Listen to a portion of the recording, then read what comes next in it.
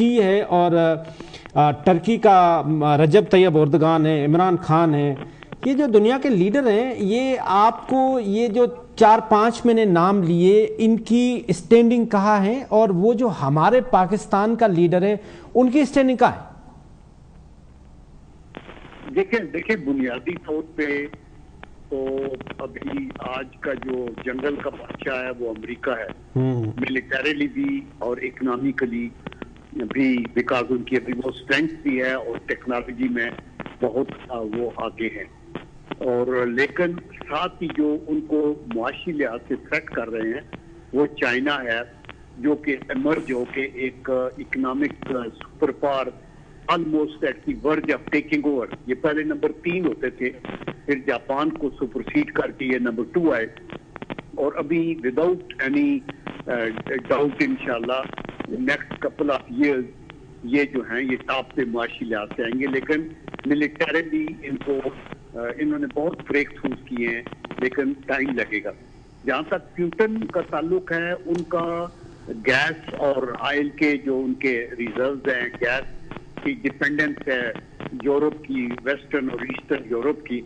اور یہ جو ایشو یوکرین کا ہے مسئلہ، چونکہ یہ سارے پہلے بیلاروس وغیرہ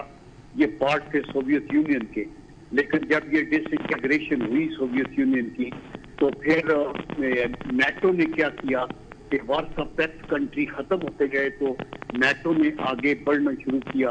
اور یوکرین کے اوپر بھی اپنی ایک طرح کی حکومت بنائی، اس کو ریزسٹ کیا رشیا نے، اور آپ کو یاد ہوگا کہ پھر کرائمیا کے اوپر حملہ کر کے انہوں نے اس کو اپنے ساتھ، کیونکہ وہاں رشین ڈومینیٹڈ وہ ایریا تھا، اور ابھی وہ تھریٹ کر رہے ہیں نارتھ سے بیلاروس کی طرف سے، ساؤتھ میں کرائمیا کی طرف سے اور ایسٹ کی طرف سے بھی، بیکاز جو پیوٹن کی گورنمنٹ ہے رشیا کی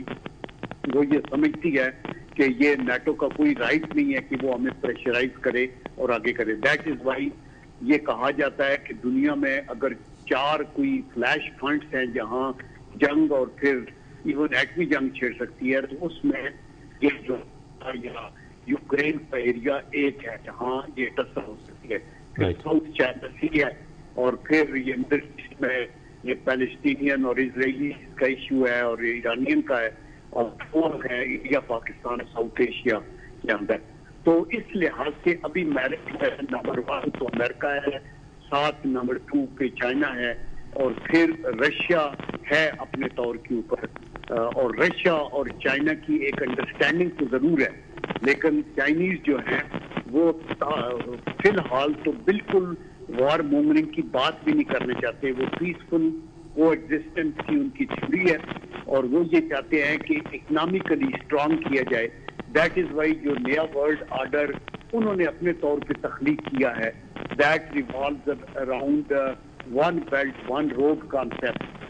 سی پیک بھی ایک حصہ ہے، اس طرح کی تقریباً 6 کوریڈورز ہیں ٹوٹل، جس میں وہ چاہتے ہیں کہ ملکوں کو ہی نہ ملایا جائے بلکہ کانٹیننٹس کو آپس میں کیا جائے، تو African continent, Asian continent, European continent ان کو ملا رہے ہیں، اور یہی ویسٹ اس کو اپنی تھریٹ سمجھتا ہے کہ چائنیز جو ہے وہ ڈومینیٹ نہ کریں۔ تو یہ جنرلائز میرا اپنا ویو پوائنٹ ہے، جو آپ کے فارن افیئر ایکسپرٹس ہیں he must be knowing more than me. Please اچھا، میں اگر آپ جو لیڈر ہے نا، یہ unfortunately it is neither here nor there, اس کی وجہ یہ ہے کہ عمران خان صاحب زیادہ ہی اسٹیکنگ ٹو ہز ہاؤس، اور امریکہ جیسے میں نے کہا کہ سول سپر پاور ہے، ان کے ساتھ ہم ٹرمپ سے ہی نہیں ہے، پریزیڈنٹ نے الیکٹ بھی نہیں کی ہے، اور چائنیز کے ساتھ ہم نے ان کو بھی انائے کیا ہوا ہے، یہ چونکہ سی پیک کو جو ہم نے سلو پیڈل کیا ہے، باقی اردگان ٹھیک ہیں اپنے طور کے اوپر، لیکن یہ اس طرح کی جو انٹرنیشنل الائنسز کریٹ ہوتی ہیں نا، اس کے لیے آپ کو باہر نکلنا پڑتا ہے، آپ کو پرسنل ریلیشن بنانے پڑتے ہیں، اور آپ کی فیس ٹو فیس گفتگو ہوتی ہے، آپ کو مڈل ایسٹ میں جا کے ان لیڈروں کو ملنا ہے، آپ نے P5 کے کنٹریز کو جا کے ان لوگوں کو ملنا ہے، یو کریٹ اے وزٹ، اور جو آپ اس کو مینج کرتے ہیں، اور پھر آپ کی پرپز ہوتی ہے کہ ہم نے کیا کیا کرنا ہے، اس کا ایک آپ کا براڈ ویژن ہوتا ہے کہ ہمیں کیا حاصل کرنا ہے، یورپ سے کیا کرنا ہے، افریقن کانٹیننٹ سے کیا کرنا ہے, ساؤتھ امریکہ سے کیا کرنا ہے. وہاں ہمارے مختلف بورڈز بھی ہیں جو یونائٹڈ نیشن کے ممبرز ہیں, and you can create a pressure on India for Kashmir and all that. اسی طرح مڈل ایسٹ میں جو 1-to-1 ایکویشن ہے وہ بڑا کاؤنٹ کرتی ہے. تو ابھی تو ہم انفیکٹ ایک میں سمجھوں گا کہ سفارتی آئسولیشن کا شکار ہیں, اور اس لحاظ سے جہاں ان کی انٹرنل پالیسی انفارچونیٹلی معیشت کی اسپیشلی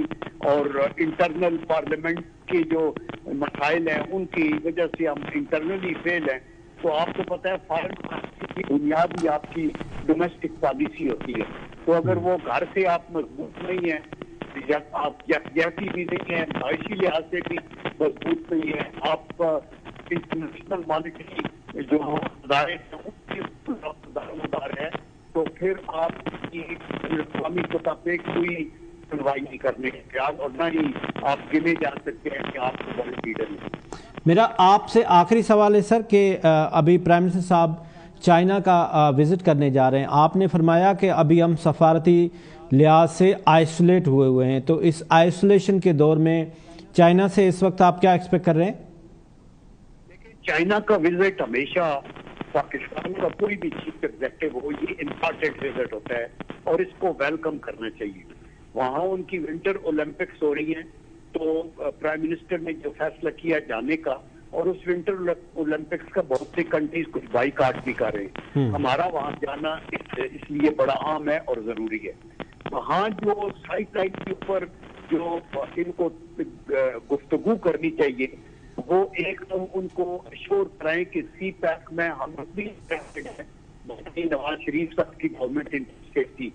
اور اس کے اندر جو 2-3 میجر ایشوز ہیں, مثلاً گوادر پورٹ کی بلڈ اپ اور وہاں اور برتیں بنانا, نمبر 2 جو ہے آپ کے فری اکنامک زون